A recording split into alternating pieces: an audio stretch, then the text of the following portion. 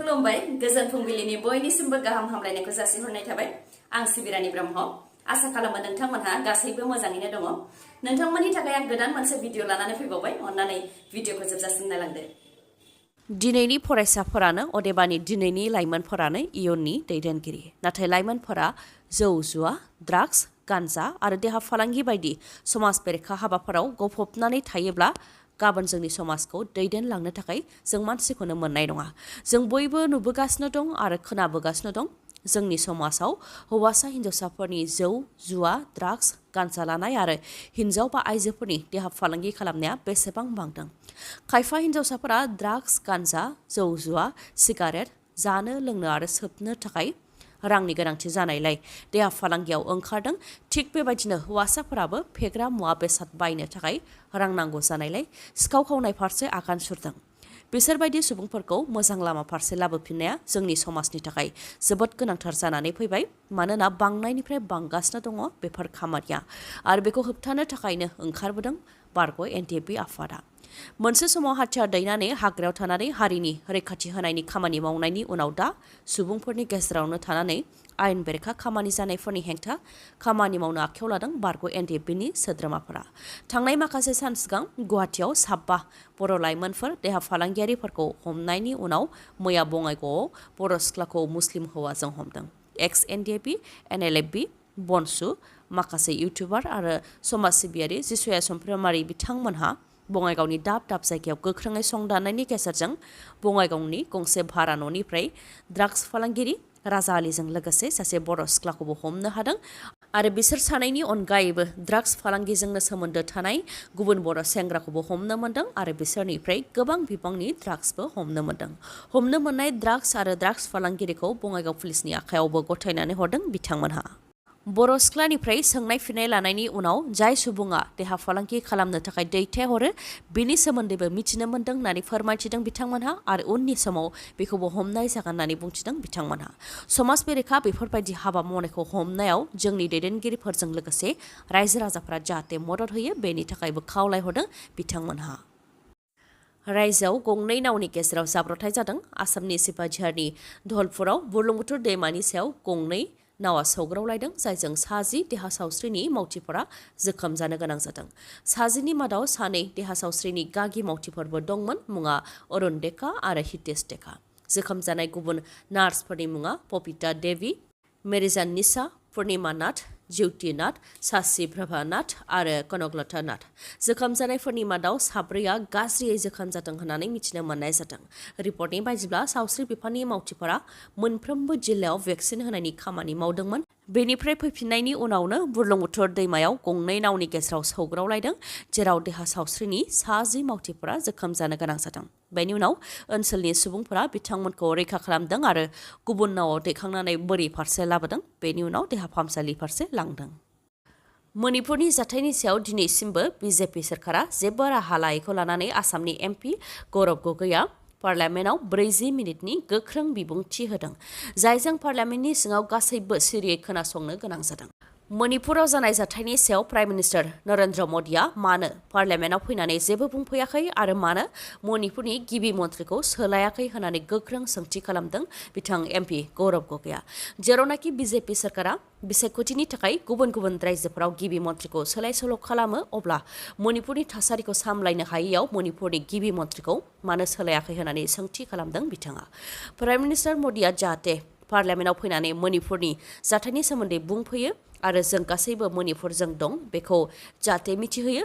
बेखौसो जों बयबो लुबैदों होननानैबो बुंथियो एमपि गौरब गगैआ नाथाय प्राइम मिनिस्टार नरेन्द्र मदिया मणिपुरनि जाथायखौ लानानै रायजो सभायावबो जेबो बुंफैया आरो लक सभायावबो जेबो बुंफैया जेब्ला मणिपुराव आइजोफोरनि इनाय खालामजानाय भिडिअ'आ समाज बिजोङाव गोसारदोंमोन अब्लाल' मणिपुरनि जाथायनि सायाव 30 सेकेन्ड बिबुंथि होदोंमोन नरेन्द्र मदिया बेनि आगोल आरो उनाव दासिमबो खेबसेबो बुंफैयाखै होननानै बुंथियो बिथाङा। बेनि अनगायैबो मणिपुराव नखर मन्त्रि अमित शाह थांदों, राहुल गान्धी थांदों, बेरेखा दोलो इन्डियानि एमपिफोरा थांदों, नाथाय प्राइम मिनिस्टार नरेन्द्र मदिया दिनैसिमबो मणिपुर रायजोआव मानो थाङाखै, जेरावनाखि मणिपुर रायजोआव गोबां दुंहाव थासारिफोर जानानै थांबाय आरो दासिमबो जागासिनो दं होननानै बुंथियो एमपि गौरब गगैआ।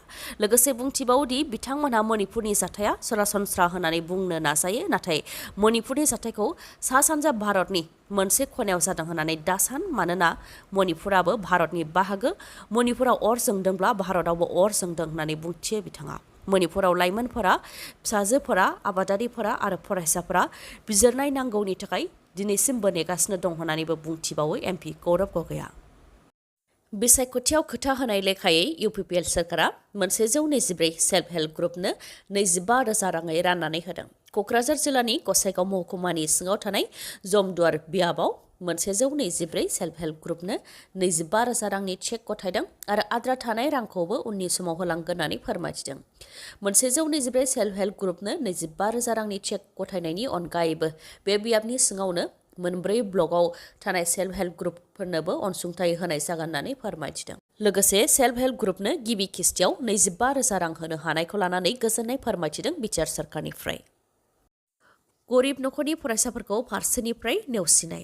गोबां सोरखारि फरायसालिफोरखौ रायजोआव बन्द खालामनो थाखाय थांखि लानायनि उनाव गुवाहाटी इउनिभार्सिटियाव पोस्ट ग्रेजुएटआव गरिब दुखुथिया नखरनि फरायसाफोरनो बेसेन नाङै जि मुं थिसननाय होनाय जायोमोन बेखौ बोखारनानै लाबाय सोरखारा।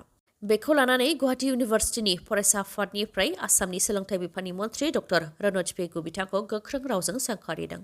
डक्टर रनज पेगुआ सोरखारा जि बुङो बेयावनो स्टेम्प बाहायो होननानै बुंथिदों आरो गुवाहाटी इउनिभार्सिटियाव गरिब दुखुथिया फरायसाफोरनि बेसेन नाङै मुं थिसननायखौ बोखांनानै लानायजों गोबां गरिब फरायसाफोरा मुं थिसननायनिफ्राय गोजानाव थानो गोनां जादों होननानै फोरमायथिदों। आरो बे जेंनाखौ लानानै मन्थ्रि रनज पेगुनोबो गोबां गोसोखां बिलाइ गथायनाय जाबाय, नाथाय बिथाङा बेनि सायाव जेबो फिननाय होफिनाखै होननानैबो फोरमायथिदों फरायसा आफादनिफ्राय। आसामनि टियक पुलिसआ सासे धोनि सिखावखौ हमनो हादों। धोनि सिखावनि मुङा अंकुर दास। गावनि नखरनि सुबुंफोरजों तिनसुकियानिफ्राय गावनि न' फारसे साखा खबब्रै गारिजों फैबाय थानाय समावनो मरानाव टियक पुलिसआ सिखाव अंकुर दासखौ हमनो हादों। फोरमायथिनाय बायदिब्ला सिखाव अंकुर दासआ गोबां सिखाव खावनाय, गारि मटर खावनाय, मटर साइकेल खावनाय बायदिजों लोब्बा दंमोन। सिखाव अंकुर दासखौ टियक पुलिसआ हमनायनि उनाव सिखावनि न'आवबो सिग्रोमहैदोंमोन, जेराव सिखावनि न'निफ्राय साखा खबब्रै गारि, मटर साइकेल, सना रुपा आरो गोबां बेसेन गोसा मुवा बेसाद जायखौ खावदोंमोन बेफोरखौ हमनो हादों। सिखाव अंकुर दासनिफ्राय बेफोरबायदि हमनो मोननायनि उनावनो खाथि खालानि रायजो राजाफ्रा पुलिस थानायाव थुबुर जाफैदों। गावसोरनि खावजानाय मुवा बेसादफोरखौ मोनफिननो हागोन नामा एबा गावसोरनि खावजानाय मुवा बेसादफोराबो दं नामा बेनि खौरां मोननो थाखाय गोबां सुबुंफोरानो पुलिस थानायाव थुबुर जाफैदों। चिरां जिल्लानि हास्राबारियाव गं 19 मुस्लिम नखरफोरखौ होस्रांनो थाखाय बिटिसि सोरखारनिफ्राय नटिस फोसावनायखौ लानानै एबिएमसुआ खुद्रिदों। ट्राइबेल बेल्ट एन्ड ब्लकआव थानाय मुस्लिमफोरखौ 15 साननि गेजेरावनो न' बां लांदां खालामनो थाखाय बिटिसि सोरखारनिफ्राय नटिस हरदों। बेनि सायाव एबिएमसुआ फोरमायथिदों दि तामुलपुरनि एनके दरंगानिफ्राय लानानै चिरां जिल्ला बिजनीनि गुबुन गुबुन जायगा आरो बासुगावनि गुबुन गुबुन जायगायाव मुस्लिमफोरखौ होस्रांनो थाखाय बिटिसिनिफ्राय नटिस हरदों। नाथाय बिसायख'थिनि समाव 2003 मायथाइनि सिगां जाय जाय थाबोदों बिसोरनो गासैनोबो हानि पाट्टा होनाय जागोन होननानै प्रमद बर'आ खोथाखौ होदोंमोन होननानै खुद्रिदों एबिएमसुनिफ्राय।